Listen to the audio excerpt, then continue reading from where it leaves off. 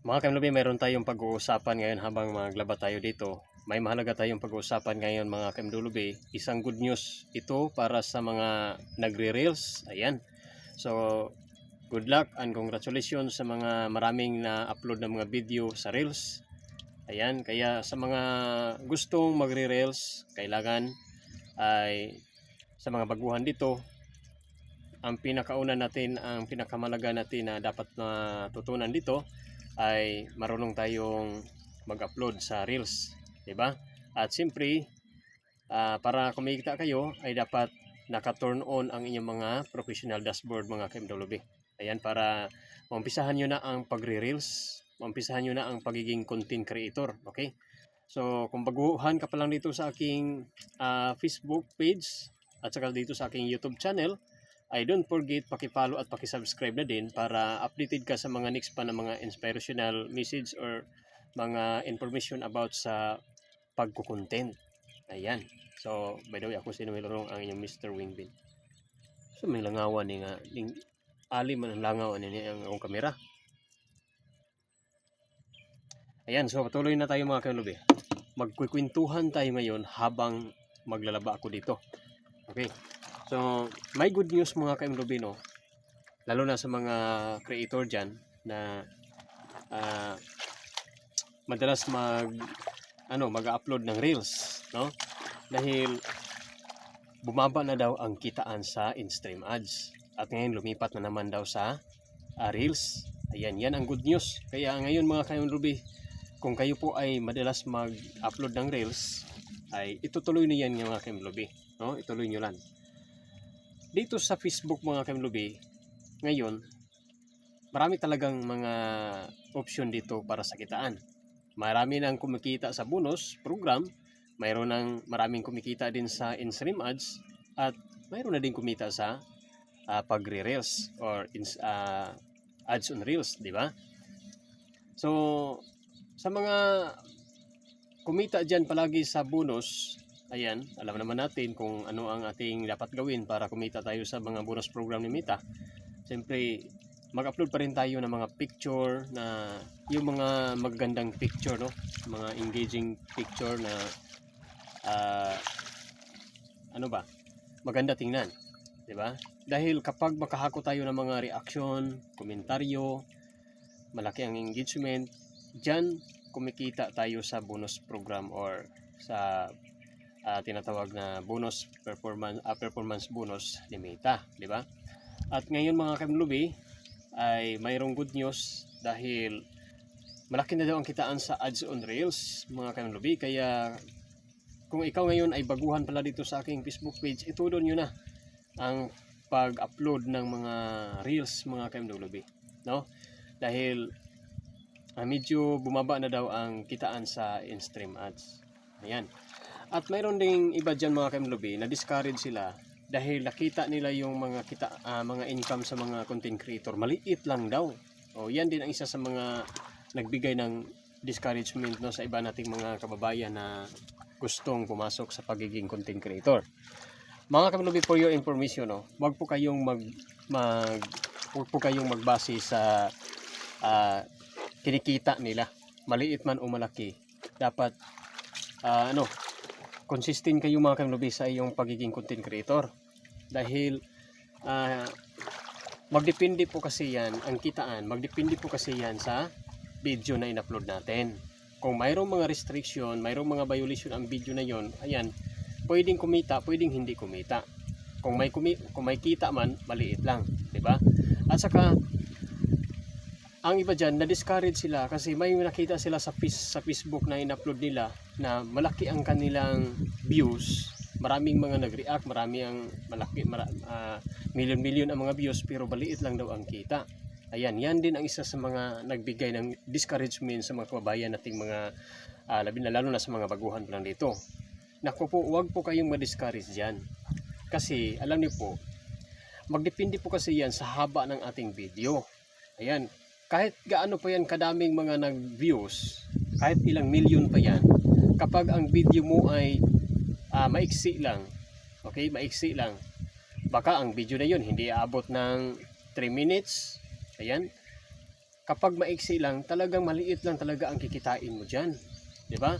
Pero kapag ang nag-viral na video mo ay mahaba, aabot ng 10 minutes, 15 minutes hanggang 30 minutes, ayan, kaya diyan kayo makakuha ng malaking income, 'di ba? Kaya huwag po kayong mag-focus mga ka-MLB sa mga kinikita ng iba. Ayan, ang iba ay na-discourage, ang iba naman ay na-motivate. Ayan, huwag po kayong magbase sa mga kinikita ng iba mga ka-MLB. Dapat focus lang po kayo sa inyong ginagawa dito sa pagiging content creator dito sa social media. Okay? Kung kayo po ay naniniwala na mayroon pong income o kitaan dito sa social media, kahit anumang social media platforms ang minamanage ninyo, sa Facebook, Stream Ads, TikTok, Stream Ads sa TikTok, at saka yung Instagram rather, Instagram, Facebook, TikTok, YouTube, kahit anong social media platform na minamanage natin mga kanuwi, dapat consistent tayo at mag-focus tayo mga ka-MWB, no? Dahil hindi natin alam kung, kasi unstable kasi ang kitaan dito pwedeng sa ngayon mag-update si Meta sa Ads on Reels, sa next na naman mag-update na naman siya sa Stream Ads, at next naman mag-update naman siya sa bonuses program, the same pa rin sa YouTube, di ba?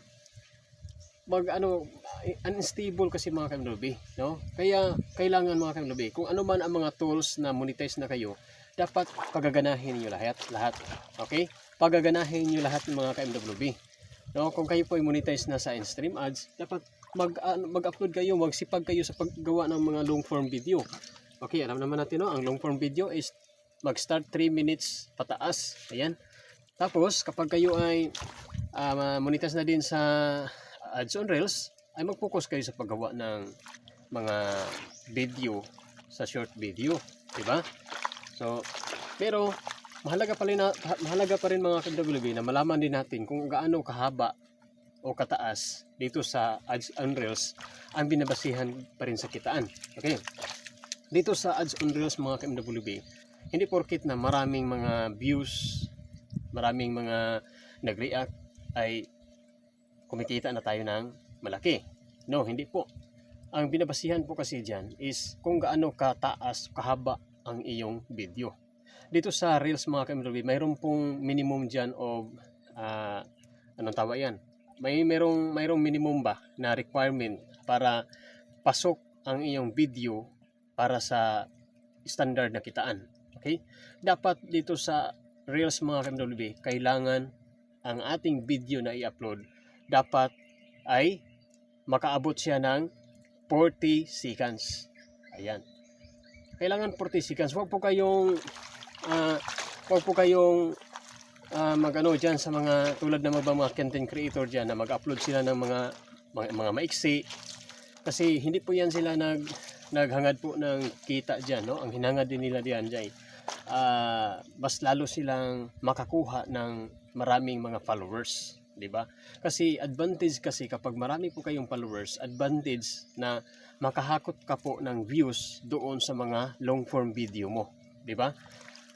Ang iba kasi diyan ay gusto nating asundin din ang kanilang strategy na mag-upload tayo ng mga maiksi na mga video. No, nako po, huwag po kayong mag-focus diyan na kasi yung mga maiksi na video talagang magba-viral yan. Maraming mga makapanood diyan, no? Kasi kadalasan kasi sa algorithm, kapag maliit o maiksi lang yung video, yun ang madalas na mabilis na malagay sa doon sa nakakaraming mga viewers, no?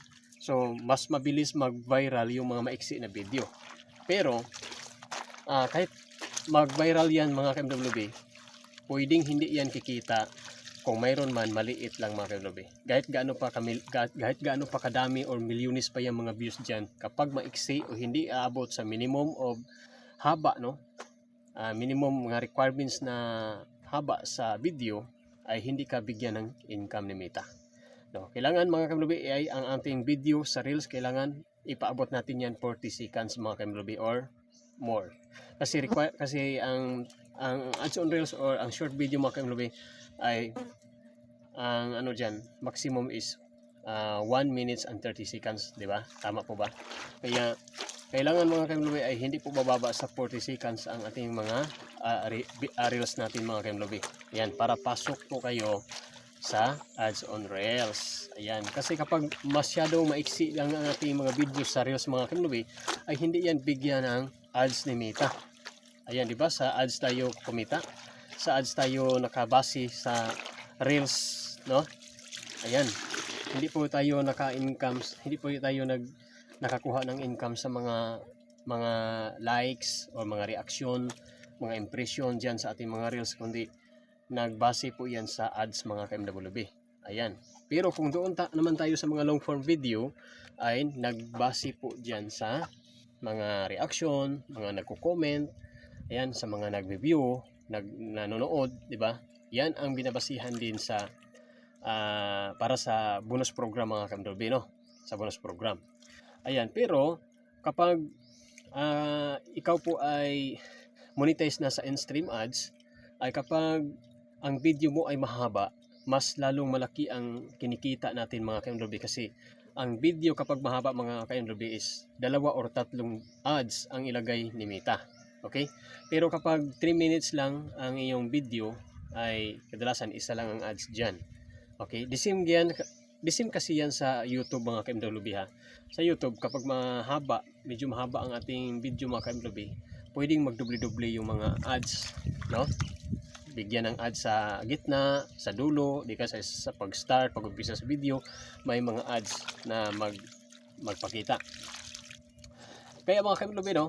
So, ang punto ko dito sa aking video ngayon mga ka-MWB, ay ito po ay magbigay po ito ng encouragement sa lahat po ng mga nag-umpisa sa pag-content, no?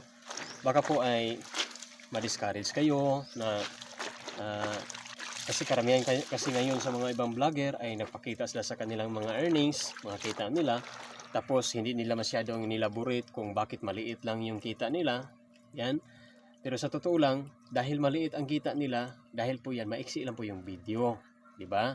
Maiksi lang po yung video. Pero kapag mahaba yung video na nag-viral mga ka-MWB, ay malaki naman ang kikitain mo dyan. Diba? So, kaya wag po kayong ma-discourage mga ka-MWB, no? Ipagpatuloy lang ninyo mga ka-MWB ang inyong pag-upload. Dahil kapag hindi po kayo patuloy na mag-upload sa mga video mga ka-MWB, hindi rin dumami ang inyong mga followers mga ka-MWB, no? Hindi rin dumami ang ating mga followers kapag hindi po tayo mag-upload ng video. Okay? Dapat nyo na yung malaman mga ka-MWB. Lalo na sa mga reels, mahalaga na maglagay tayo palagi ng mga video sa reels para mas lalong dumami ang ating mga followers mga ka-MWB. Diba? Kasi kung napansin niyo mga ka-MWB, kapag maiksi lang ang video natin sa reels, diba? Mabilis mag-viral. Mas marami ang mga nakapanood na hindi follower kumpara sa follower. Diba? Napansin niyo yan? Kaya mahalaga mga ka-MWB na mag-upload tayo ng mag-upload. Okay? Huwag po tayo munang mag-focus sa earnings, sa income, kasi pumasok yung earnings or income mga ka-MWB kapag aabot na sa punto mga ka-MWB na marami na kayong followers, marami na kayong audience, marami na kayong tagasunod mga ka-MWB. Ayan. Kaya kung napansin niyo sa ibang mga content creator, yung mga sikat na mga content creator, bakit sila naglagay ng mga maiksi na video sa kanilang reels? Di ba? Ang iba yan 3 seconds lang, di ba? Napansin niyo? Tapos million yung mga views. Ayan, hindi po yan sila naghangad ng kita or income mga ka-MWB. Ang hinangad po yan dyan nila is yung mapansin sila para mas lalong dumami ang kanilang mga followers. Okay?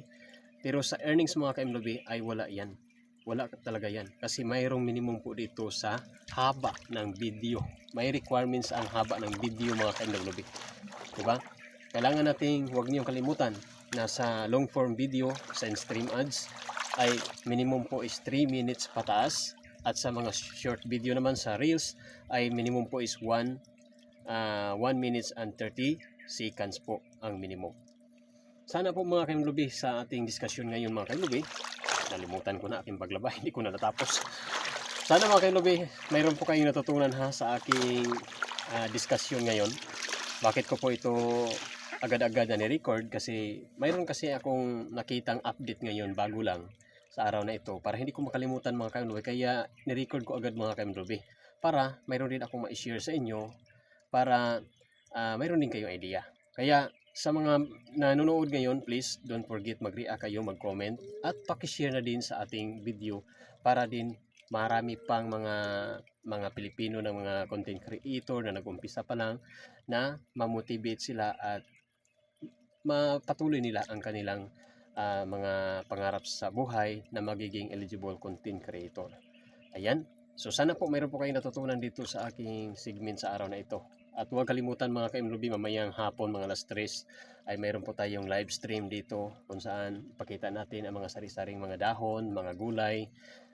Ipakita natin mga ka-MLB at magsagot po kayo sa comment section. Kapag kumakompleto ninyo mga ka-MLB na makabigay kayo sa tamang sagot, kayo po ang pinakaunang makakomment, kayo po ang mananalo. Ayan. So, good luck and congratulations sa mga nanalo na kahapon at sa mga nakaraang araw. At sana mamaya is maabangan ninyo ang ating live alas 3 ng hapon mga ka-MLB dito sa ating Facebook page ni Mr. Wingbin ng Pinas. Ayan mga ka-MLB. So, maraming salamat. Don't forget to subscribe also sa ating channel MWB Noel Orong kung kayo ay baguhan ka pa lang dito sa aking Facebook page. At para suportahan nyo din si Mr. Wingbin, please subscribe MWB Noel Orong.